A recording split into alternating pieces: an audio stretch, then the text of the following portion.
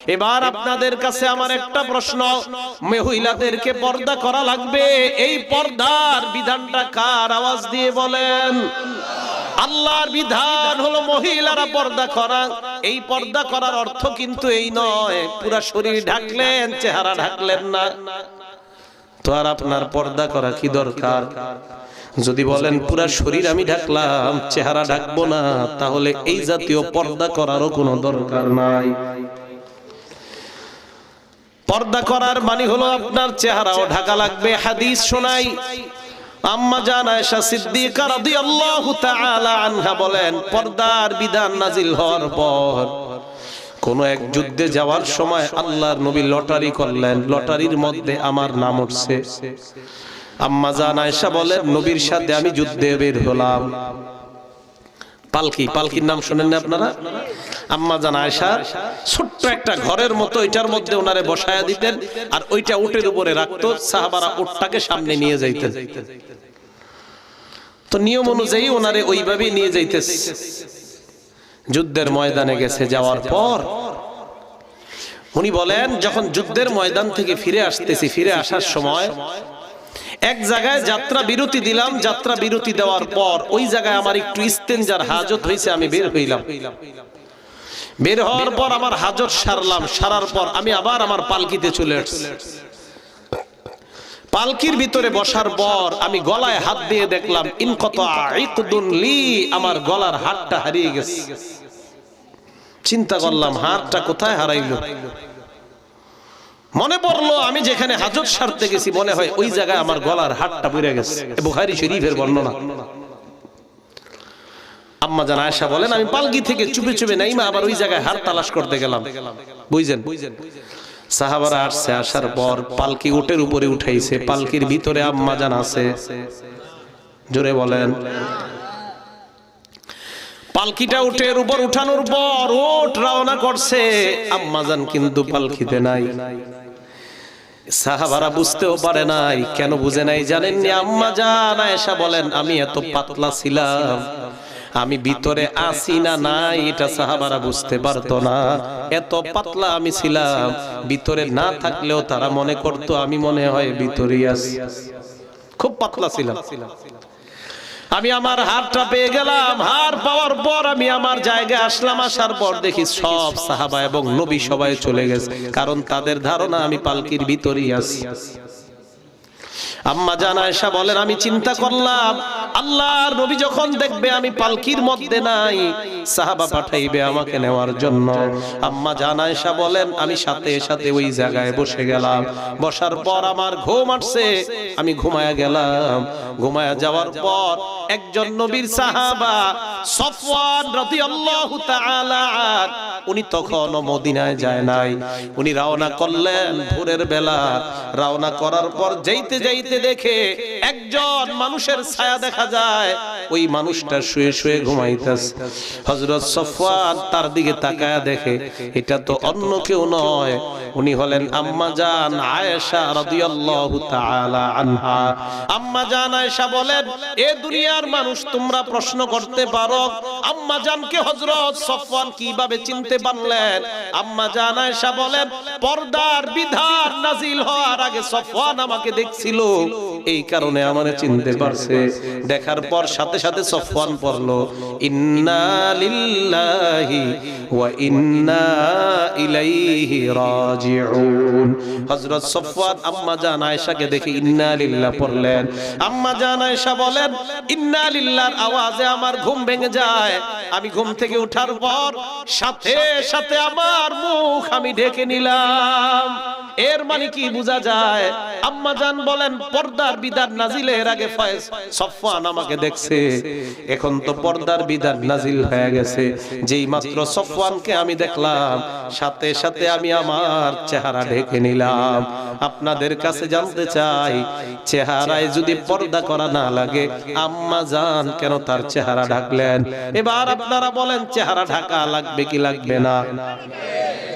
আম্মা জান আয়েশা যখন মুখ ঢাকলেন, ঢাকার পর সফওয়ান ওটটা বিছায়া দিলেন, ওটের উপর আম্মা জান উঠলেন। আম্মা জান আয়েশা বলেন, সফওয়ান ইন্না লিল্লাহ ছাড়া আর কোন শব্দ আমার সামনে উচ্চারণ করে নাই।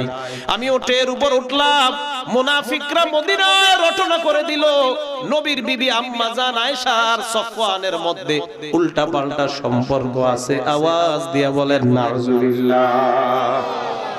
চিন্তা করেন, নবীর বিবিরও ছাড়ে নাই। কয় কি হইছে? হ্যাঁ, নবীর বিবি আর সফওয়ান চুপে চুপে বিছনে রয়ে গেছে। ঘটনা কি? বুখারী শরীফের বর্ণনা। আম্মা জান আয়েশা বলেন, আমি মদিনায় আসলাম, অসুস্থ হয়ে গেছি আমি মদিনায় এসে। কয় নবীজি আমার সাথে আগে যেরকম আচরণ করতো এখন আর এরকম করে না।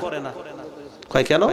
কয় আমি ঘরের মধ্যে অসুস্থ, নবীজি আমারে আগে অসুস্থতার অবস্থায় যে আদর করতেন, মহব্বত করতেন, এখন ঘরে ঢুইকা খালি কয় আসসালামু আলাইকি কাইফা তিকি, আসসালামু আলাইকুম আয়েশা তুমি কেমন আছো, আর কিছু জিগায় না। বুঝছেন? আম্মা জান আয়েশা বলেন, 1 মাস পর্যন্ত আমি অসুস্থ, কিন্তু 1 মাসে আমি কিছুই জানি না মদিনায় যে উল্টা পাল্টা রটনা হইছে। 1 মাস পর্যন্ত মদিনার অলিগলির মধ্যে একটাই চর্চা, নবীর বিবি আর সফওয়ানের মধ্যে উল্টা পাল্টা সম্পর্ক। চিল্লায় অন্তর থেকে বলেন নাউজুবিল্লাহ। এই কথা বলার পর আয়েশা সিদ্দিকা 1 মাস উনি জানে না ওনার ব্যাপারে যেগুলা চলতেছে, উনি কিছুই জানে না। কয় মাস? 1 মাস। 1 মাস পর একটু বুঝেন আপনারা হাদিসটা। আম্মা জান আয়েশা বলেন, রাতের বেলা আমি ইস্তিনজায় বের হলাম, আমার সাথে আমার খাদেমা, এই খাদেমাকে নিয়ে বের হলাম। খাদেমা শরীরের মধ্যে কাপড় পেঁচায় হঠাৎ পড়ে গেছে, আমি তাকে ধরলাম। সে বলল, মিস্তাহ ধ্বংস হোক, মিস্তাহ ধ্বংস হোক। মিস্তাহ একজন সাহাবার নাম, উনি হলেন এই মহিলার ছেলে। আয়েশা সিদ্দিকা বলে, এই তুমি কি বললা, তোমার ছেলের জন্য বদদুয়া করলা, একজন বদরের সাহাবা, ওনার ব্যাপারে তুমি বদদুয়া করলা কেন? কয় সর্বনাশ আম্মা জান, আপনি কিছু জানেন না। কয় কি জানমু? কয় ইন্না লিল্লাহ, কিছু জানেন না। কয় কি জানমু? কয় গত 1 মাস যে আপনার বিরুদ্ধে উল্টা পাল্টা রটনা চলতেছে, এই রটনাকারীদের মধ্যে 2 জন মুসলমান আছে, এর মধ্যে আমার ছেলেও তো মিস্তাহ আছে। আম্মা জান কয় মানি কি? কয় মানি হলো আপনার আর সফওয়ানের মধ্যে নাকি উল্টা পাল্টা কি ঘটছে, এই চর্চা গত 1 মাস মদিনায়। ও নবী এই কারণে আমার সাথে এরকম ব্যবহার করে ঘরে ঢুইকা। বাসায় গেলেন, যাওয়ার পর বললেন, ইয়া রাসূলুল্লাহ অনুমতি দেন আমি আমার বাপের বাড়িতে যাবো। নবীর সাথে এই বিষয়ে কিছুই কয় না। নবীজি কয় যাও। আল্লাহ নবীর বিবিকে দিলেন, বাড়িতে গিয়ে দেখলেন আবু বকর উপরে বৈশা কোরআন শরীফ পড়ে আর ওনার আম্মা নিচে বসা। মাকে গিয়ে বললেন, আম্মা আমার ব্যাপারে এমন এমন কথা আপনি কি বলেন? মা জবাব দিলেন, তুমি এমন সুন্দরী মেয়ে, তোমার বিরুদ্ধে শত্রুতা করাটাই স্বাভাবিক ব্যাপার। আবু বকর সিদ্দিককে বললেন, আব্বা আপনার কি অভিমত? আবু বকর সিদ্দিক কয়, মা ধৈর্য ধারণ করো, যাও তুমি ঘরে যাও। আম্মা জান আয়েশা কয়, আমার আব্বার আম্মার ভিতর দেখি কোনো ফিলিংস নাই, এরা ব্যাপারটা কিছুই মনে করে না। আমি ঘরে গেলাম, কান্নাকাটি শুরু করলাম, টানা 2 দিন 2 রাত আমি কানলাম। একটা বারের জন্য খাবার খাই নাই, পানি খাই নাই, নামাজ ছাড়া অন্য কোনো কিছু করি নাই। বুখারীর বর্ণনা, আম্মা জান বলেন, এই 2 দিনে আমি সামান্য পরিমাণও ঘুমাই নাই। আম্মা জান আয়েশা বলেন, আমার ঘরে একটা মহিলা আসছে, আসার পর মহিলাটা কয়, আম্মা জান আপনি কান্দেন কেন? কয় আমি এই কারণে কান্দি। মহিলা কয়, আমিও আপনার লগে কান্দতে আইছি। ওই মহিলা বৈশা বৈশা নবীর বিবি আম্মা জানের সাথে কান্দে। জানেননি কেন? কয় আপনি যে কান্দেন এই জন্য আমিও কান্দি। আচ্ছা আপনাদের কাছে একটা প্রশ্ন আমার, কয় মাস এই ঘটনা হয়ে গেছে? নবীর পেরেশানি, টেনশন। সাহাবাদের কয়েকজনের ডাইকা বলল, তোমরা কি বলো আয়েশার ব্যাপারে? এক সাহাবা বললেন, আপনি এছাড়া আরো অনেক ভালো ভালো বিবি পাবেন, ওরে ছাইরা দিলে কি হবে? বুঝেন? এর মানে 1 মাস পর্যন্ত নবীও কিছু জানতেছে না। নবী না গায়েব জানে? কি জানে? কি জানে? তো গায়েব জানলে জানলো না কা? কয় মাস কষ্ট পাইতেছে নবী? 1 মাস। 1 মাস নবী কষ্ট পাইতেছে। এই গায়েব পন্থীরা কই দাঁড়ান একজন। নবী না গায়েব জানে, তো 1 মাস কষ্ট পাইতেছে গায়েব জানলে? গায়েব জানে একমাত্র কে? আল্লাহ। আল্লাহর নবী গেলেন আয়েশার বাড়িতে, আয়েশাকে ডাক দিয়ে বললেন, আয়েশা। আয়েশার কাছে যাওয়ার আগে আয়েশার খাদেমাকে ডাক দিয়ে বললেন, ও খাদেমা, আয়েশারে তুমি কেমন জানো বলো? আয়েশা কেমন? খাদেমা কয়, এই আয়েশার মতো এমন মেয়ে দুনিয়ায় হয় না, খালি একটা দোষ আছে। কয় কি দোষ? কয় জানেননি কেমন সহজ সরল। আয়েশা যখন খোলার মধ্যে পিঠা দেয়, ওই পিঠা খোলার মধ্যে দিয়ে ঘুমায়া যায়, কুকুর আসে ছাগল আইসা পিঠা খায়ালায় বলতেও পারে না হুজুর আপনার বিবি এমন সহজ সরল। চিন্তা করেন, কয় খোলায় পিঠা দেয়, পিঠা দিয়ে ঘুমায়া যায়, এত সহজ সরল আয়েশা। আল্লাহর নবী এই কথা শোনার পর আয়েশার কাছে গেলেন, যাওয়ার পর বললেন, আয়েশা তোমার কাছে আমি আসলাম, কিছু কথা জিজ্ঞাসা করতে চাই। আয়েশা বললেন, কি বলবেন বলেন। আয়েশা, যদি কিছু ঘইটা থাকে আল্লাহর কাছে তওবা করো, আল্লাহ তওবা কবুল করবেন। আর যদি কিছু ঘইটা না থাকে আল্লাহ তোমাকে পুত পবিত্র করবেন। আয়েশা তার মা বাবার দিকে তাকায় বললেন, আব্বা আপনি জবাব দেন। মারে বললেন, আম্মা আপনি জবাব দেন। আবু বকর সিদ্দিক কয়, নবীর সামনে আমি কিছু কইতে পারবো না। মা কয়, আমি নবীর সামনে কিছু বলতে পারবো না। আম্মা জান আয়েশা বলেন, তার মানে যা বলার আমারই বলা লাগবে। আল্লাহর নবীকে ডাক দিয়ে বললেন, হাবিব, আমি যদি বলি এই অপরাধ আমি করছি, আমার আল্লাহ জানে আমি করি নাই, তাহলে আপনারা বিশ্বাস করে নিবেন, কারণ আপনাদের অন্তরের মধ্যে আমার ব্যাপারে সন্দেহ আছে। আর যদি বলি আমি এই অপরাধ করি নাই, আপনারা বিশ্বাস করবেন না। ফাসবরুন জামিল, আমি ধৈর্য ধারণ করলাম, আমি আল্লাহর উপর ভরসা করলাম, যা ফয়সালা আমার আল্লাহ করবে, আমি এছাড়া অন্য কিছু আর বলতে পারবো না। আম্মা জান আয়েশা বলেন, আমি দৌড়ে আমার বিছানায় গেলাম, বিছানায় শুয়ে আমি কান্না করতে লাগলাম। আল্লাহ নবী ঘরের বাহিরে গেলেন, যেই মাত্র দরজায় গেলেন, আল্লাহ আসমান থেকে আমার পবিত্রতা ঘোষণা করে কোরআনের 10টা আয়াত নাজিল করে দিলেন। আল্লাহর নবী ঘরে আয়েশা কয়, আয়েশা সুসংবাদ গ্রহণ করো। বিবি তো একটু অভিমান করছে। আবু বকর কয়, যাও নবীর সামনে যাও। কয়, আমি ওনার সামনে যাব না। মা কয়, যাও যাও স্বামীর সামনে যাও। কয়, যাবো না। আমারে বিশ্বাস করে নাই কেন?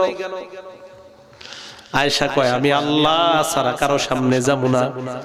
এই যে আয়েশা এই হাদিসের মাধ্যমে কি বুঝাইলেন? পর্দার আয়াত নাজিলের পরের এই ঘটনা। আয়েশা বলেন, পর্দার আয়াত নাজিলের পরে সফওয়ান আমারে দেখা চিনছে, তোমরা কিন্তু সন্দেহ করবা না। এই চিনার অর্থ হলো এই, পর্দার আয়াত নাজিলের আগে সফওয়ান আমাকে দেখছে, পর্দার আয়াত নাজিলের পর দেখার সাথে সাথে আমি আমার চেহারা ঢেকে ফেললাম। তাহলে আপনাদের কাছে প্রশ্ন, পর্দার মধ্যে চেহারা অন্তর্ভুক্ত কিনা? পর্দা করা চেহারার মধ্যে লাগবে কি লাগবে না? আরো জোরে বলেন।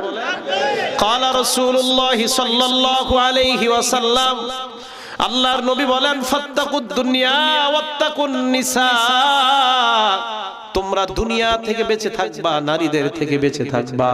ফাইন্না আউওয়ালা ফিতনাতি বানি ইসরাঈলা কানাত ফিন নিসা, বনি ইসরাইলের মধ্যে নারীদের কারণে দুনিয়ায় প্রথম ফিতনা হয়। হযরতে মুসা নবীর ব্যাপারে একদল বনি ইসরাইল সম্প্রদায় বালআমে বাউর নামক এক বুজুর্গের কাছে যায়। ওই বুজুর্গ যেই দোয়া করে সাথে সাথে আল্লাহ তার দোয়া কবুল করে নেয়। ওই বুজুর্গের কাছে গিয়ে বলে, বালআম, নবী মুসার বিরুদ্ধে তুমি বদদোয়া করো। বালআম কয়, না, মুসার বিরুদ্ধে বদদোয়া করলে আমার বদদোয়া কখনো কবুল হবে না। জনগণ চিন্তা করলো কি, বালআম বাউর কয়, না না, নবীর বিরুদ্ধে বদদোয়া করা যাবে না। জনগণ কয়, তারে বাগে আনতে হবে তার বিবির মাধ্যমে। বিবিরে গিয়ে ধরছে, ধরার পর কয়, তুমি তোমার স্বামীরে বুঝাইয়া নবী মুসার বিরুদ্ধে বদদোয়ার ব্যবস্থা করো, যত টাকা পয়সার প্রয়োজন আমরা সব টাকা পয়সা দিব। এই কথা বলার পর বালআমের বিবি বালআমকে গিয়ে কয়, স্বামী আমার, তুমি একবার মূসার বিরুদ্ধে বদদোয়া করো, ঢেল সম্পত্তির মালিক আমরা হয়ে যাব। বালাম কয় আমার জিন্দেগিটা তুই নষ্ট করিস না। এক পর্যায়ে সবাই বলল তোমারে আরো টাকা দিব আমরা। বিবি বারবার পটাইতে পটাইতে রাজি করে ফেলছে। বালাম পাহাড়ের উপর উঠছে মূসা নবীর বিরুদ্ধে বদদোয়া করার জন্য। যেই মাত্র আল্লাহর দরবারে মূসা নবীর নামটা নিবে, সাথে সাথে দেখে জিহ্বাটা বের হয়ে নাভি পর্যন্ত চলে আসছে। জিহ্বাটা বের হয়ে যাওয়ার পর বালআম বনি ইসরাইলকে একটা পরামর্শ দিল, আমারে তো তোমরা ধ্বংস করলা, তোমাদেরকে আমি একটা বুদ্ধি দেই। বনি ইসরাইলের সামনে নারীদেরকে উলঙ্গ করে তোমরা রাস্তায় ছেড়ে দাও, তাহলে দেখবা তারা আর সামনে যাইতে পারবে না। হযরতে মূসা নবী তার বাহিনী নিয়ে বের হলেন, হারুন নবীকে পিছনে রাখলেন, আর বলে দিলেন সাবধান সাবধান, তোমরা নজরকে উপরের দিকে উঠাইবা না, নজর যদি উপরে উঠাও ধ্বংস হয়ে যাইতে পারো। মূসা নবী কথা বলার পর ওনার সম্প্রদায় ওনার পিছনে চলতেছে। হঠাৎ একটা বদমাশ চিন্তা করলো নজরটা একটু উঠায় দেখি কি দেখা যায়। যেই মাত্র নজর উঠায় দেখে বিবস্ত্র একজন অর্ধালঙ্গ নারী দেখা যায়। বলেন নাউজুবিল্লাহ। ওই নারীকে পাহাড়ের পিছনে নিয়ে ব্যভিচারে লিপ্ত হয়ে যায়। আল্লাহর আসমানের গজব সবার উপর শুরু হয়ে যায়। হারুন নবী চিন্তায় পড়ে গেলেন গজব কেন আসতেছে। মূসা নবীও চিন্তায় পড়ে গেলেন গজব আসার কারণটা কি। এক পর্যায়ে তাকায় দেখে পাহাড়ের পিছনে দুইজন ব্যভিচারে লিপ্ত হয়ে গেছে। এই দৃশ্য দেখার পর তরবারি নিয়ে এই দুইজনকে হারুন নবী হত্যা করলেন। যেই মাত্র হত্যা করলেন সাথে সাথে আল্লাহ গজব আসমানে উঠায় নিলেন। তাহলে কি বোঝা যায়, নারী যদি পর্দা ছাড়া বের হয় আল্লাহর গজব আসবে কি আসবে না। এই জন্য নবী হাদিসের মধ্যে বলেন রুব্বা কাসিয়াতিন আরিয়াত, একদল নারী আছে এমন জাহিলি যুগের ব্যাপারে আল্লাহ বলেন ওয়ালা তাবাররুজনা তাবাররুজাল জাহিলিয়াতিল উলা, নারীরা তোমরা জাহিলি যুগের মতো রাস্তায় বের হবে না।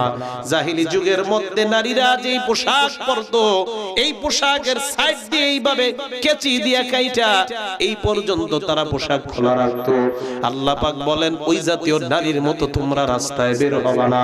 বলেন তো নারীরা পর্দা ছাড়া উলঙ্গ হয়ে রাস্তায় বের হওয়া নিষেধ কার? আর জোরে বলেন কার? এবার আপনাদের প্রশ্ন, হুজুর এই জামানায় তো নারীরা এইভাবে বের হয় না।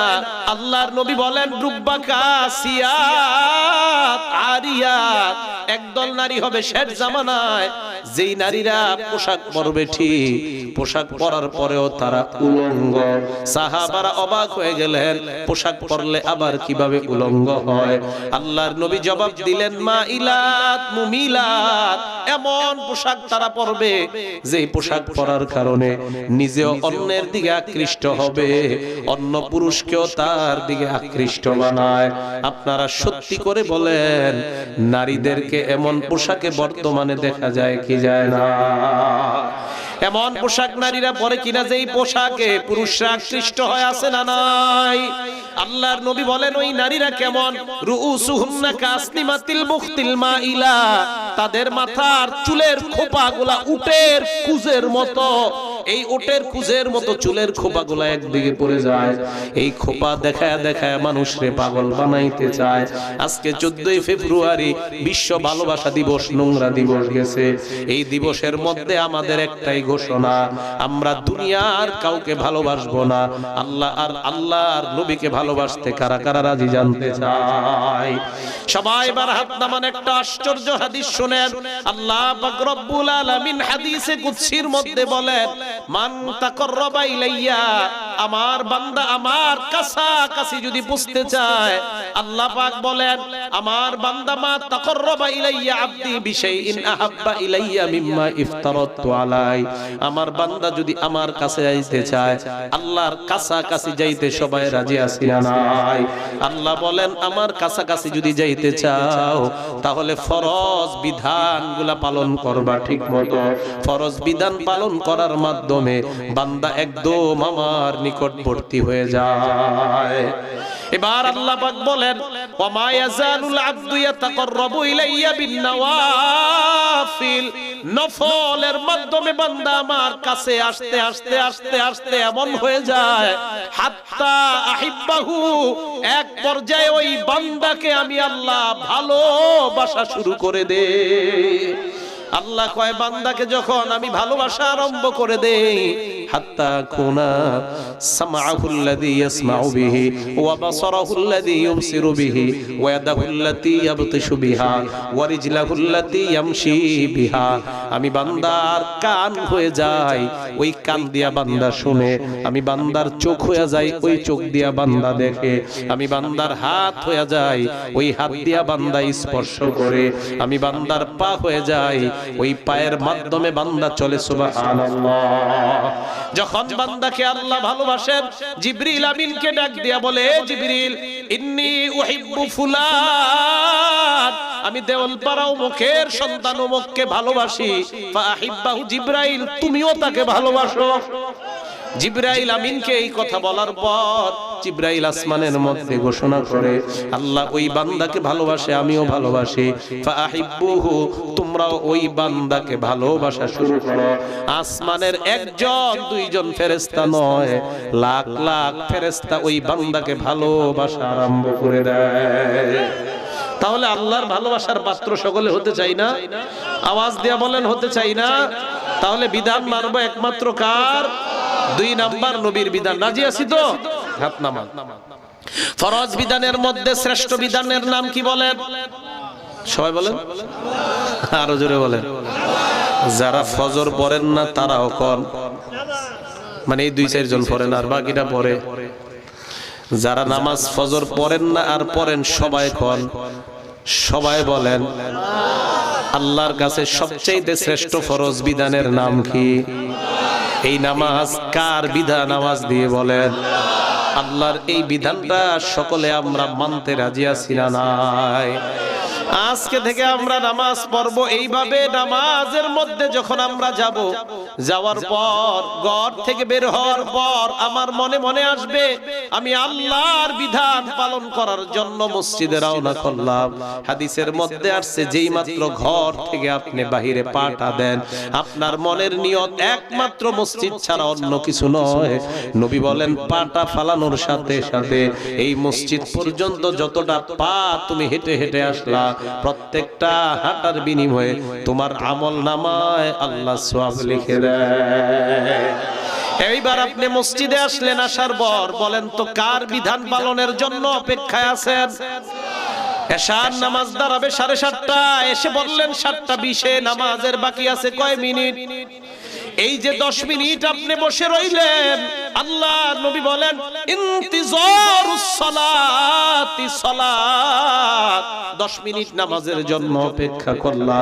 এই 10 মিনিটও তুমি নামাজে থাকলে যেই সওয়াব, নামাজের অপেক্ষা করার কারণেও আল্লাহ তোমাকে ওই পরিমাণ সওয়াব লিখে দেয়। বিধানটা কার? এবার নামাজে দাঁড়াইলেন, দাঁড়ানোর পর ভালো করে বুঝেন, আমরা অনেকে নামাজ পড়ি, পড়ার পরেও নামাজ আমাদেরকে অশ্লীলতা থেকে বাধা দেয় না। সূরা আনকাবুতে আল্লাহ বলেন ইন্নাস সালাতা তানহা আনিল ফাহশাই ওয়াল মুনকার, নিশ্চয়ই নামাজ নামাজিকে অশ্লীলতা এবং মন্দ কাজ থেকে বাধা দেয়। খুব ভালো করে এই জায়গাটা বুঝবেন, আশ্চর্য একটা কথা। আল্লাহ বললেন নামাজিকে নামাজ অশ্লীলতা থেকে বাধা দেয়। আমরা দেখি নামাজি সুদ খায় আছে না নাই? আসেনি? আমরা দেখি নামাজ পড়ে, পড়ার পরেও অন্যের জমিনের আইলটাই না নিজের জমিন বাড়ায়, আছে না নাই? আমরা দেখি নামাজ পড়ে, নামাজ পড়ার পরেও দোকানে ব্যবসায় উল্টা পাল্টা করে, এমন লোক আছে না নাই? কি হলো? আল্লাহ না কইলো নামাজ নামাজিকে অশ্লীলতা আর মন্দ থেকে বাঁচায়, তার মানে কি বাঁচায় নাই? হ্যাঁ, এই জন্য মনে রাখবেন নামাজি 5 প্রকার। বলেন কয় প্রকার? আরো জোরে বলেন নামাজি কয় প্রকার? এক নাম্বার শাস্তিপ্রাপ্ত নামাজি, 2 নাম্বার ধমকপ্রাপ্ত নামাজি, 3 নাম্বার ক্ষমাপ্রাপ্ত নামাজি, 4 নাম্বার সওয়াবপ্রাপ্ত নামাজি, 5 নাম্বার নৈকট্যপ্রাপ্ত নামাজি। সবাই বলেন তো নামাজি কয় প্রকার? যুবক ভাইয়ারা ভালো করে শুনেন, 5 প্রকারের কোন প্রকারে আপনি আছেন? 1 নাম্বার মুআকাব। মুআকাব শব্দের অর্থ হলো শাস্তিপ্রাপ্ত নামাজি। হুজুর এটা আবার কোন নামাজি? যেই নামাজি মাঝে মাঝে মসজিদে যায়, জুমার দিন মসজিদে যায়, যেই মাত্র খতিব সাহেব বলে ফাজকুরুনি আযকুরকুম ওয়াশকুরুলি ওয়ালা তাকফুরুন, দৌড় দিয়া গিয়া কাতারে দাঁড়ায়। দাঁড়ানোর পর চিন্তা করে হুজুর সালামটা কেন ফিরায় না? নামাজের পরেই তো ইন্ডিয়া বাংলাদেশের খেলা, তাড়াতাড়ি সালাম ফিরান। যেই মাত্র খতিবের সালাম ফিরাইতে দেরি হয়, মসজিদে দেখবেন কাশির আওয়াজ বেড়ে যায়। কাশির আওয়াজ, এই কাশি কিন্তু গলার কাশি না, এই কাশি মানে হুজুর তাড়াতাড়ি নামাজ শেষ করেন। এই কাশি মানে কিন্তু গলার কাশি না, এই যে কাশি আরম্ভ হয়ে যায় এর মানে হলো তাড়াতাড়ি নামাজ শেষ করেন। রুকুতে যদি ইমাম সাহেবের একটু দেরি হয়, হঠাৎ দেখবেন কাশ দেয় একজনে, একটু পরে দেখবেন মসজিদের সবাই কাশে। ঘটনা কি কিরে এত কাশি কেন? এর মানে হলো হুজুর তাড়াতাড়ি রুকু থেকে ওঠেন। ঠিক নিউজ, হ্যাঁ? এবার বুঝেন বুঝেন। শাস্তিপ্রাপ্ত নামাজি নামাজে মাঝে মাঝে আসে, আসার পর নামাজে মন থাকে না, কোন মতে নামাজে দাঁড়ায়, তাড়াতাড়ি বের হয়ে যায়। এই নামাজি নামাজ পড়ার পরেও নামাজ তাকে অশ্লীলতা থেকে বাঁচাবে না, এই নামাজের কারণে সে শাস্তি পাবে। বলেন নাউজুবিল্লাহ। তাহলে এক শ্রেণীর নামাজি আমরা পাইলাম, যেই নামাজি নামাজ পড়ার পরেও চুরি থেকে তারে বাঁচাবে না, টিভি দেখা থেকে তারে বাঁচাবে না, কারণ মাঝে মাঝে নামাজে আসে কিন্তু মন তার নামাজের মধ্যে থাকে না। 2 নাম্বার শাস্তিপ্রাপ্ত নামাজি, যেই নামাজি 5 ওয়াক্ত আযান শোনার পর মসজিদে আসে, বুঝেন, আসার পর নামাজে যখন দাঁড়ায় দুনিয়ার সব হিসাব নিকাশ শুরু হয়। নামাজে দাঁড়ায়, ছোট মায়াটার এখনো বিয়ে হয় নাই, আরে কালকে ওই জমিনটার মধ্যে সার দেওয়া লাগবে, ছোট গরুটা কালকে বেচতে নিয়ে যাবো, যত চিন্তা চেতনা সব তার নামাজের মধ্যে। ভালো করে শুনবেন, 5 ওয়াক্ত নামাজে যায়, যাওয়ার পরেও মনটা কোথায় থাকে না? নামাজে মনটা কোথায় থাকে না? 1 নাম্বার মাঝে মাঝে নামাজি যায়, মনটা কোথায় থাকে না? 2 নাম্বার 5 ওয়াক্তই নামাজে যায়, মনটা কোথায় থাকে না? আবার বুঝেন, শাস্তিপ্রাপ্ত নামাজি নামাজে মাঝে মাঝে যায়, মনটা কোথায় থাকে না? জোরে বলেন। 2 নাম্বার ধমকপ্রাপ্ত নামাজি নামাজে 5 ওয়াক্তই যায় কিন্তু মন কোথায় থাকে না? তাহলে কি বুঝলাম? শাস্তিপ্রাপ্ত নামাজি ওই বান্দা যেই বান্দা মাঝে মাঝে যায় কিন্তু নামাজে মন থাকে না, আর ধমকপ্রাপ্ত নামাজি ওই বান্দা যেই বান্দা 5 ওয়াক্তই নামাজে যায় কিন্তু মন নামাজে থাকে না। এই বান্দা দুইজন যতই নামাজ পড়ে এরপরেও অশ্লীলতা থেকে বাঁচতে পারবে না। আমরা যদি সমাজে দেখি সুদখোর নামাজ পড়ে সুদ ছাড়ে না, আমরা মনে করব তুমি প্রথম 2 শ্রেণীর এক শ্রেণী, মাঝে মাঝে হয়তো নামাজে যাও অথবা 5 ওয়াক্ত নামাজে যাও, সুদ ছাড়তে পারো না, এর অর্থ হলো নামাজের মধ্যে তোমার মন থাকে না। মনে থাকবে নি? এবার আসেন 3 নাম্বার ক্ষমাপ্রাপ্ত নামাজি। এটা ভালো করে শুনেন, যেই নামাজি নামাজে যায় হাতটা বাঁধেন, হাত বাঁধেন সবাই। নামাজে যাওয়ার পর নামাজে যখন দাঁড়ায়, ইবলিস মনটা নামাজের বাহিরে নেয়, আবার চিন্তা করে আমি আমার রবের সামনে দাঁড়াইলাম। ইবলিস আবার মন বাহিরে নেয়, আবার চিন্তা করে আমি না রবের সামনে দাঁড়াইলাম। আবার ইবলিস বাহিরে নেয়, আবার চিন্তা করে আমি না নামাজে আছি। এই যে ইবলিসের সাথে একটা লড়াই। এই জাতীয় নামাজি নামাজ পড়ার পর এই নামাজের কারণে তার জিন্দেগির সব গুনাহ আল্লাহ মাফ করে দেয়। হ্যাঁ, নামাজে যায়, ইবলিস মন বাহিরে না, খেলে আমি তো নামাজে হয়নি এরকম। এটা ইবলিসের সাথে আপনার লড়াই। এই লড়াই চলতে থাকলে এই নামাজের মাধ্যমে আপনার গুনাহ আল্লাহ মাফ করে দিবেন। 4 নাম্বার সওয়াবপ্রাপ্ত নামাজি যেই নামাজি নামাজে যাওয়ার পর মনটা নামাজ ছাড়া আর কিছুই বুঝে না, বুঝেন। 3 নাম্বারটা নামাজে মন থাকে আবার বাহিরে যায়। 4 নাম্বারটা নামাজের বাহিরে কখনো মন যায় না। এই নামাজি নামাজের মাধ্যমে আসমান থেকে সওয়াবের পর সওয়াবের পর সওয়াব পায়। 5 নাম্বার নৈকট্যপ্রাপ্ত নামাজি যেই নামাজি নামাজে দাঁড়ায়া আল্লাহর সাথে কথা বলা শুরু করে দেয়, ওই নামাজি হলো নৈকট্যপ্রাপ্ত নামাজি। ভালো করে মনে রাখবেন, নৈকট্যপ্রাপ্ত নামাজ এটা কাদের নামাজ? সালাতুল আম্বিয়া, এটা হলো নবীদের নামাজ। সওয়াবপ্রাপ্ত নামাজি এটা কাদের নামাজ? এটা হলো সালাতুল আউলিয়া, ওলিদের নামাজ। তাহলে 5 নাম্বার নৈকট্যপ্রাপ্ত নামাজ এটা হলো নবীদের নামাজ। 4 নাম্বার সওয়াবপ্রাপ্ত নামাজ এটা ওলিদের নামাজ। 3 নাম্বার ক্ষমাপ্রাপ্ত নামাজি এটা হলো সালাতুল মাগফুরিন, ক্ষমাপ্রাপ্ত বান্দাদের নামাজ। আর 2 নাম্বার ওই যে 5 ওয়াক্ত নামাজে যায় কিন্তু নামাজে মন থাকে না, এটা হলো সালাতুল গাফিলিন, উদাসীনদের নামাজ।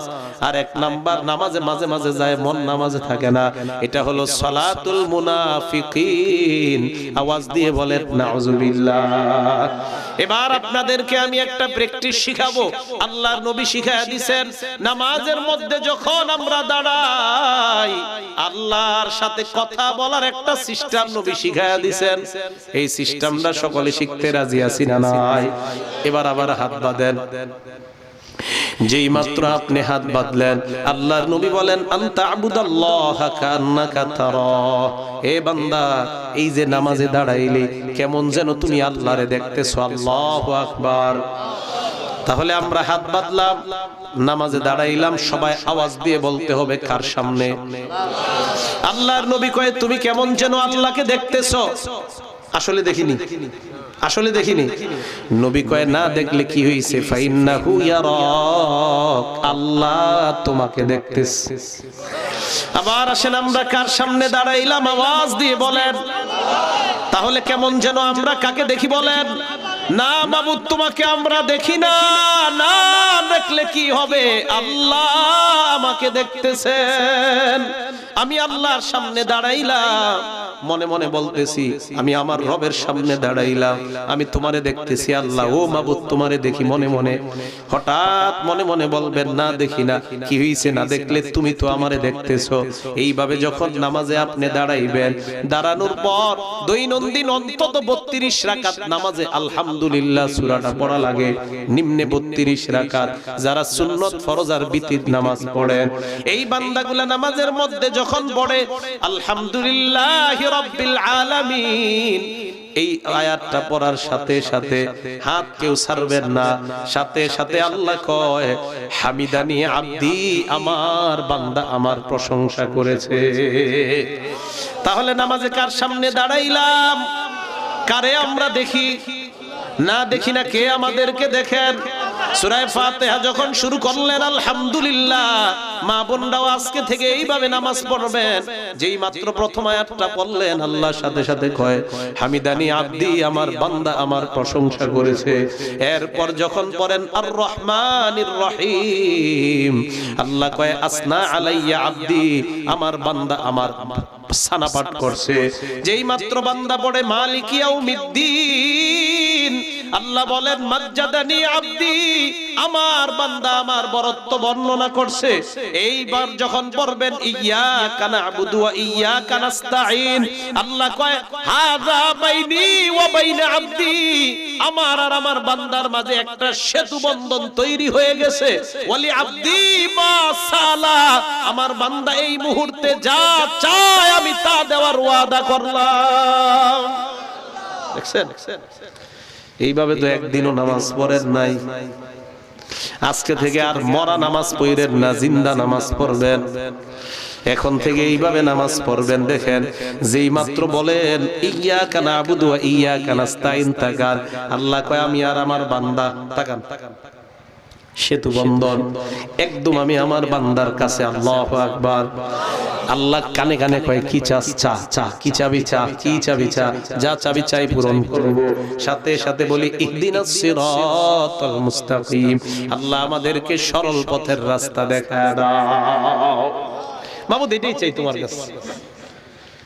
তাহলে চিন্তা করেন ইবলিস কিন্তু এই যে দেখেন আপনাদের একটা অবস্থা এখন এরকম তৈরি হয়েছে, আপনাদেরকে এই যে আমি বললাম ইবলিসের কথা মনে আসছিল, এই যে এখন আমরা হাত বাঁধলাম, হাত বাঁধার পর আলহামদুলিল্লাহ সূরাটা বললাম আর আল্লাহ জবাব দিতেছে, আল্লাহ কয় হামিদানি আব্দি আসনা আলাইয়া আব্দি, এই যে বলতেছি আমরা একটা কিছুর মধ্যে ঢুকে গেলাম। দেখেন ইবলিসের কথা তখন মনে আসে না। কেন মনে আসবে না? ওই যে নামাজের মধ্যে আপনি এখন আল্লাহ ছাড়া কিছু বুঝতেছেন না, আপনি আলহামদুলিল্লাহ সূরা পড়তেছেন আর চিন্তা করতেছেন আমার আল্লাহ জবাব দেয়। আর রহমানির রহিম পড়লাম, আল্লাহ জবাব দিছে। মালিক ইয়াউমিদ্দিন পড়লাম, আল্লাহ জবাব দিছে। ইয়্যাকা না'বুদু পড়লাম, আল্লাহ জবাব দিছে। ইবলিস আইসা ধোঁকা দেওয়ার টাইম পাইতেছে না, রাস্তা পাইতেছে না। যেই মাত্র আপনি বললেন গায়রিল মাগদুবি আলাইহিম ওয়ালাদ-দাল্লিন, এরপর আমরা কি পড়ি সবাই বলেন? আমরা যখন আমিন বলি নবী কয় ফেরেশতারা তোমাদের সাথে আমিন বলে। তোমার আমিন আর ফেরেশতার আমিন বলেন আমিন। তোমার আমিন আর ফেরেশতার আমিন যদি একসাথে বের হয়, গফির লাহু মা তাকদ্দামা মিন যামবি, তোমার পিছনের সব গুনাহ আল্লাহ মাফ করে দেয়। আমি আপনাদের হাত পা জোর করে বলতেছি, আল্লাহর এই বিধানটা এইভাবে 2 রাকাত নামাজ একদিন পড়েন, পড়ার পর মনে হবে হুজুর জিন্দেগিতে যা নামাজ পড়লাম এতদিন মরা নামাজ পড়ছি, এই 2 রাকাত নামাজ আমার কাছে জিন্দা মনে হয়, এখন থেকে আমি এইভাবেই নামাজ আদায় করব। বলেন আল্লাহর বিধানটা আল্লাহরে হাজির নাজির সামনে রাইখা এখন থেকে আমরা পড়তে রাজি আছি না নাই? রাজি আছি তো? তাহলে ফরজ বিধান কার? আর নামাজের মধ্যে কিছু সুন্নত আছে, এই সুন্নতগুলা কার? নবীর। মাশাআল্লাহ। ফরজ বিধান কার? সুন্নতগুলা কার? তাহলে ফরজ বিধান কার? সুন্নত বিধানটা কার? আর আমরা না আগেই ওয়াদা করছি আল্লাহর নবীর বিধানের বাহিরে আমরা যাব না। ওয়াদা করছি না? আল্লাহর নবীর বিধানের বাহিরে আমরা যাব না, এই ওয়াদা আমরা করলাম। এবার আসেন এই নামাজটা পড়তে হবে একমাত্র কার জন্য? আওয়াজ দিয়ে বলেন। ভালো করে একটা হাদিস আপনারা শুনেন, যদিও এই হাদিসটা আমাদের আলেমদের জন্য বেশি শোনা প্রয়োজন। শুফাই আল-আসবাহি রাহমাতুল্লাহি আলাইহি অনেক বড় একজন আলেম, উনি বলেন আমি মদিনায় প্রবেশ করলাম, মদিনায় ঢোকার পর দেখি একজন মানুষরে হাজার হাজার মানুষ ঘেরাও করে রাখছে। কয়জনকে? আমি প্রশ্ন করলাম কে? সবাই জবাব দিল হাদা আবু হুরায়রা ইউহাদ্দিসুন নাস। উনি হলেন নবীর সাহাবা আবু হুরায়রা। সাহাবা আবু হুরায়রা মানুষকে হাদিস শোনায়। সুবহানাল্লাহ। শুফাই আল-আসবাহি বলেন হাদিস শোনানোর পর আবু হুরায়রা একটা ঘরে গেলেন, আমিও গেলাম। ওই ঘরে যাওয়ার পর আবু হুরায়রাকে আমি বললাম, ও নবীর সাহাবা আবু হুরায়রা, এমন একটা হাদিস আমারে আপনি শোনান, যে হাদিসটা আপনি ভালোভাবে বুঝছেন, এমন একটা হাদিস শোনান। আবু হুরায়রা বললেন, লা উহাদ্দিসান্নাকা হাদিসা হাদ্দাসানিহি রাসূলুল্লাহ সাল্লাল্লাহু আলাইহি ওয়াসাল্লাম, আমি তোমাকে এমন একটা হাদিস শোনাবো যে হাদিসটা আল্লাহর নবী আমারে শোনাইছে এই জায়গায় বইসা। সুবহানাল্লাহ। এই জায়গায় বইসা শোনাইছে। এই কথা বলার সাথে সাথে আবু হুরায়রা বেহুশ হয়ে গেছে। হাদিস শোনাইছিনি? হাদিস শোনাইছে না, শোনায়া বেহুশ হয়ে গেছে। হুশ ফিরে আসছে। হুশ ফিরে আসার পর ওই ব্যক্তি বলতেছে, আবু হুরায়রা কি ব্যাপার, আপনি বেহুশ হয়ে গেলেন? আবু হুরায়রা জবাব দেয়, আমি তোমার এমন একটা হাদিস শোনাবো যে হাদিসটা আল্লাহর নবী আমার এমন ভাবে শোনাইছে আমার আর নবীর মাঝে অন্য কেউ ছিল না। এই কথা বইলা আবু হুরায়রা আবার বেহুশ হয়ে গেছে। কয়বার? হাদিস শোনাইছিনি। আবার আবু হুরায়রার হুশ ফিরে আসার পর আবার আবু হুরায়রা বললেন, আমি তোমাকে এমন একটা হাদিস শোনাবো যে হাদিসটা আল্লাহর নবী এই ঘরে এবার বলতেছে, এই ঘরে এই জায়গায় বইসা আমারে শোনাইছে, আমার আর নবীর মাঝে অন্য কেউ ছিল না। আবার বেহুশ হয়ে গেছে। কয়বার? হুশ ফিরে আসার পর শুফাই আল-আসবাহি ভালো করে ধরতে বলতেছে, আবু হুরায়রা আপনি হাদিসটা মেহেরবানি করে শোনান। ভালো করে ধরছে যেন বেহুশ না হয়। আবু হুরায়রা জবাব দিলেন, ইন্না আউওয়ালান নাসি ইউকযা ইয়াউমাল কিয়ামাহ, কিয়ামতের ময়দানে বিচারের কাজ আল্লাহ শুরু করবে তিন ব্যক্তির মাধ্যমে। বলেন কয় ব্যক্তি? এক নাম্বার শহীদ, দুই নাম্বার আলেম, তিন নাম্বার দানশীলের মাধ্যমে বিচারের কাম শুরু করবে আল্লাহ। শহীদকে আল্লাহ ডাক দিয়ে আর রফাহু নিয়ামা, শহীদকে বলবে, শহীদ কত নিয়ামত তোমাকে আমি দান করলাম, কি আমল তুমি করেছো? শহীদ বলবে, আল্লাহ কতাল দুফিকে, আমি তোমার রাস্তায় লড়াই করেছিলাম, হাত্তা উস্তুশহিদতু, আমি শহীদ হয়ে গেলাম। আল্লাহ বলবে, কাযাবতা, তুমি মিথ্যা বলেছো, লিআইয়ু ক্বাল আন্নাকা জারি, তুমি এই কারণে লড়াই করেছো যেন মানুষ তোমাকে বাহাদুর বলে। দুনিয়ায় অনেক বাহাদুর শব্দ শুনছো। ফাসুহিবা আলা ওয়াজহিহি হাত্তা উলকিয়া ফিন্নার, চেহারাটা নিচের দিকে দিয়ে, পাগুলা উপরের দিকে দিয়ে হেসরাইতে হেসরাইতে আল্লাহ বলবে জাহান্নামে ফালায়া দাও। বলেন নাউজুবিল্লাহ। দুই নাম্বার আলেমকে ডাক দিবে আল্লাহ, বক্তা সাহেব ভালো করে শুনেন, আমি আমারে বলতেছি, ও বক্তা সাহেব, ইউটিউবের মধ্যে আপনার বয়ান যায়, এই বয়ান যাওয়া দ্বারা যদি উদ্দেশ্য মানুষের হেদায়েত হয় তাহলে ভালো কথা, আর যদি উদ্দেশ্য হয় জনপ্রিয়তা অর্জন করা, যদি উদ্দেশ্য হয় আমার বয়ান জনগণ দেখবে, দেখার পর আমারে দাওয়াত দিবে, বাংলাদেশের বক্তাদেরকে আপনারা নষ্ট করছেন। ইউটিউব দেখে শুনেন, বয়ান পছন্দ হইলে দাওয়াত দেন, না হইলে দাওয়াত দেন না। আবার বক্তাও চায় আমারে যেন মানুষ পছন্দ করে ইউটিউব দেখা, তার মানে বক্তারও নিয়ত পছন্দ করা, জনগণেরও নিয়ত পছন্দ করা। বক্তারও নিয়ত হেদায়েত না, জনগণের নিয়ত হেদায়েত না। কিয়ামতের মাঠে আল্লাহ ডাক দিয়ে বলবে, কেন তুমি বয়ান করেছো? ওই বক্তা বলবে, আল্লাহ তোমারে খুশি করার জন্য আমি বয়ান করেছি। আল্লাহ বলবে, মিথ্যা কথা।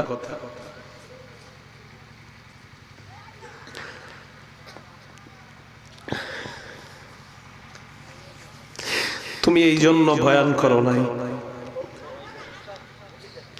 তুমি যেন মানুষের মাঝে পপুলারিটি অর্জন করতে পারো, প্রসিদ্ধ হও, এই কারণে তুমি বয়ান করছো। চেহারাটা নিচের দিকে দিবে, মাথাটা উপরের দিকে দিয়ে আল্লাহ হেসরাইতে হেসরাইতে জাহান্নামে ফালায়া দিবে। আলেমকে ডাক দিয়ে বলবে, কেন আলেম শিখছো? মানুষে কেন শিখাইছো? আলেম বলবে, আল্লাহ তাআল্লামতুল ইলমা ওয়া আল্লামতু ওয়া ক্বরাতু ফীকাল কুরআন, আমি আলেম শিখছি, মানুষের শিখাইছি, তোমার জন্য আমি কোরআন শিখছি। আল্লাহ বলবে, না না, তুই আলেম শিখছো যেন দুনিয়ার মানুষ তোরে বড় আলেম কয়, মানুষ যেন বলে তুই কত বড় মুফাসসির, কত বড় মুহাদ্দিস, এই কারণে তুই আলেম শিখছস। তুই অন্য কোন নিয়তে আলেম শিখস নাই, দুনিয়ার মধ্যে জনপ্রিয়তা যা পাওয়ার দরকার পেয়ে গেছো। মাথাটা নিচের দিকে দিয়ে, পাগুলা উপরের দিকে দিয়ে আল্লাহ বলবেন, ধাক্কায়া এই বান্দাকে জাহান্নামে ফালায়া দাও। বলেন নাউজুবিল্লাহ। তিন নাম্বার আবু হুরায়রা বলেন, দানশীলকে আল্লাহ ডাক দিয়ে বলবে, কেন তুমি দান করেছো? দানশীল বলবে, আল্লাহ দুনিয়ার মধ্যে এমন কোন খাত নাই, মসজিদ বলো মাদ্রাসা বলো, সব জায়গায় আমি দান করছি তোমারে খুশি করার জন্য। আল্লাহ বলবে, না না, তুই দান করছো যেন জনগণ তোরে বড় দানশীল কয়, দাতা কয়, এই জন্য তুই দান করেছিলি। আল্লাহ পাক বলবেন, দুনিয়ায় দাতা শুনছো অনেক, মাথাটা নিচের দিকে দিবেন, পাগুলা উপরের দিকে দিয়ে আল্লাহ বলবেন, হেসরাইতে হেসরাইতে জাহান্নামে ফেলে দাও। বলেন নাউজুবিল্লাহ। আবু হুরায়রা এই হাদিসটা বলতে গিয়ে কয়বার বেহুশ হইছেন? আরো জোরে বলেন, কয়বার? তাহলে আপনাদের কাছে আমি জানতে চাই, বিধান এক নাম্বার কাটটা মানবো, দুই নাম্বার নবীরটা। এই বিধান মানতে গিয়ে ইখলাসের প্রয়োজন আছে না নাই? আমরা নামাজ পড়ব, নামাজটা কার বিধান? এবার বলেন, নামাজটা মানুষকে দেখানোর জন্য পড়ব নাকি আল্লাহর জন্য পড়ব? আমরা নবীর সুন্নত পালন করব, নবীর বিধান, এটাও কারে খুশি করার জন্য? তাহলে এবার আপনাদের কাছে জানতে চাই, নামাজ পড়ি, ছোট বড় যত আমল আমরা করব, এই আমলগুলা হয়তো নবীর বিধান, না হয় নবীর তরিকা, আল্লাহর বিধান না হয় নবীর তরিকা। এই পদ্ধতিতে যখন আমরা আমল করব, বলেন তো ছোট হোক বড় হোক, আমলটা হবে একমাত্র কার জন্য? কারণটা কি জানেন? নবী বলেন আখলিস দীনাকা ইয়াকফিকাল আমালুল কলিল। আমল কম করো, খাঁটি ভাবে করো, কোনো সমস্যা নাই। এই কম আমল তোমারে টানতে টানতে আল্লাহর জান্নাতের মেহমান বানায়া দিবেন। আমার সাথে একবার মুহাব্বতের সাথে বলেন লা ইলাহা ইল্লাল্লাহ। আবার সবাই জোরে বলেন লা ইলাহা ইল্লাল্লাহ। ইখলাসের সাথে সবাই বলছেন নি? না, আওয়াজ ছোট হয়েছে। তাহলে এবার অন্তর থেকে, দিল থেকে আসলে আল্লাহরে ভালোবাসা আর একবার বলেন লা ইলাহা ইল্লাল্লাহ। বলছেন না? আল্লাহর নবী বলেন আরেকটা কবিরা গুনাহ করার আগ পর্যন্ত ফুতিহাত লাহু আবওয়াবুস সামাই হাত্তা তুফজিয়া ইলাল আরশ। তুমি যে ইখলাসের সাথে একবার লা ইলাহা ইল্লাল্লাহর আওয়াজ তুমি বের করলা, জানোনি তোমার কি হবে? আরেকটা কবিরা গুনাহ আপনারা যতক্ষণ না করবেন ততক্ষণ আরশ পর্যন্ত আল্লাহর সবগুলা রহমতের দরজা খোলা হয়ে যায়। এই যে এখন থেকে আরেকটা কবিরা গুনাহ যতক্ষণ না করবেন আর বন্ধ হবে না দরজা। পড়ছেন ইখলাসের সাথে? আচ্ছা, এবার একটা বিষয় বলি। আপনারা যারা বসা, আপনাদের সামনে একটা ছেলের যদি দাঁড় করায় বিচার করা হয়, তার শরম লাগবে নি? না, আপনাদের সামনে না হয় যদি পুরা গফরগাঁও থানার সবার সামনে হয়, শরমটা কি কম না বেশি? আচ্ছা, এটা না হয়ে যদি পুরা ময়মনসিংহ হয়, তাহলে শরম কম না বেশি? এটা না হয়ে যদি পুরা বাংলাদেশে হয়, এটা না হয়ে যদি পুরা বিশ্বের মানুষের সামনে হয়, এটা না হয়ে যদি আদম থেকে নিয়ে কিয়ামত পর্যন্ত সবার সামনে হয়, আল্লাহর নবী বলেন আমার উম্মতের এক বান্দাকে কিয়ামতের ময়দানে আদম থেকে নিয়ে কিয়ামত পর্যন্ত যত মানুষ সবার সামনে আল্লাহ দাঁড় করাবেন। আল্লাহ দাঁড় করানোর পর ওই বান্দার সামনে আল্লাহ 99টা আমল নামার খাতা উপস্থিত করবে। কয়টা জানেননি? একটা খাতার পৃষ্ঠা কত বড়? আমার দিকে তাকান, মাদ্দাল বাসর, তার নজর যেই পর্যন্ত যায় ওই পর্যন্ত এক একটা পৃষ্ঠা। আল্লাহ ডাক দিয়ে বলবে না তুনকিরু হাযা মিন শাইইন, এ বান্দা এই যে আমল নামা তুই তাকায়া দেখ, হাল তুনকিরু মিন হাযা শাইআ, একটাও অস্বীকার করসনি। নজর যতটুকু যায় এরকম কয়টা পৃষ্ঠা? 99টা। কয়টা? বান্দা কয় লা ইয়া রব্বি, না না একটাও অস্বীকার করি না। আল্লাহ কয় লা যুলমা আলাইক, যা তোর উপর কোনো জুলুম করা হবে না, যা। বান্দার বিশ্বাস হয় না, কয় এত বড় বড় পৃষ্ঠা আর আমার কত অপরাধ, আমারে বলে কয় জুলুম হবে না। এবার আল্লাহ ছোট্ট একটা কাগজ আনবেন, সুবহানাল্লাহ। ফেরেশতাদেরকে বলবেন এই কাগজটা এক পাল্লায় রাখ আর 99টা আরেক পাল্লায় দে। বান্দা বলবে আইনা তাদউ হাযিহি মা'আস সিজিল্লাত, হাদিহিল বিতাকা মা'আস সিজিল্লাত। মাবুদ গো, ছোট একটা পৃষ্ঠা এরকম 99টার মোকাবেলায় কি আছে আসবে? আল্লাহ কয় দেখ, যেই মাত্র ওজন দেওয়া হয় ওই একটা ছোট্ট পৃষ্ঠার কাগজ ওজনে ভারী হয়ে যায়। এবার ওই বান্দা কয় আল্লাহ আমি দেখতে চাই ওটার মধ্যে কি আছে। খাতা ছোট্ট পৃষ্ঠাটা খোলার পর দেখবে ওটার মধ্যে লেখা শাহাদাতু আল্লাহ ইলাহা ইল্লাল্লাহ। ওটার মধ্যে লেখা আমি সাক্ষী দিলাম তুমি ছাড়া কোনো ইলাহ নাই। আল্লাহ কয় তোর সাক্ষীটা ছিল ইখলাসের সাথে, এই কারণে আমি আল্লাহ 99টার মোকাবেলায় ওজন দিয়া আমি তোকে জান্নাতের মেহমান বানায়া দিলাম। তাহলে বলেন ছোট বড় সব আমল একমাত্র কার জন্য আমরা করব? রাজি আসিনি সবাই ইনশাআল্লাহ? হাত নামান। তাহলে আল্লাহর বিধান আর নবীর বিধান, আল্লাহর ফয়সালা নবীর ফয়সালার বাইরে আমরা কেউ যাব কখনো? আর জোরে বলেন কখনো যাব? আল্লাহ তৌফিক দান করেন, বলি আমিন। ওয়া আখিরু দাওয়ানা আনিল হামদুলিল্লাহি রাব্বিল আলামিন।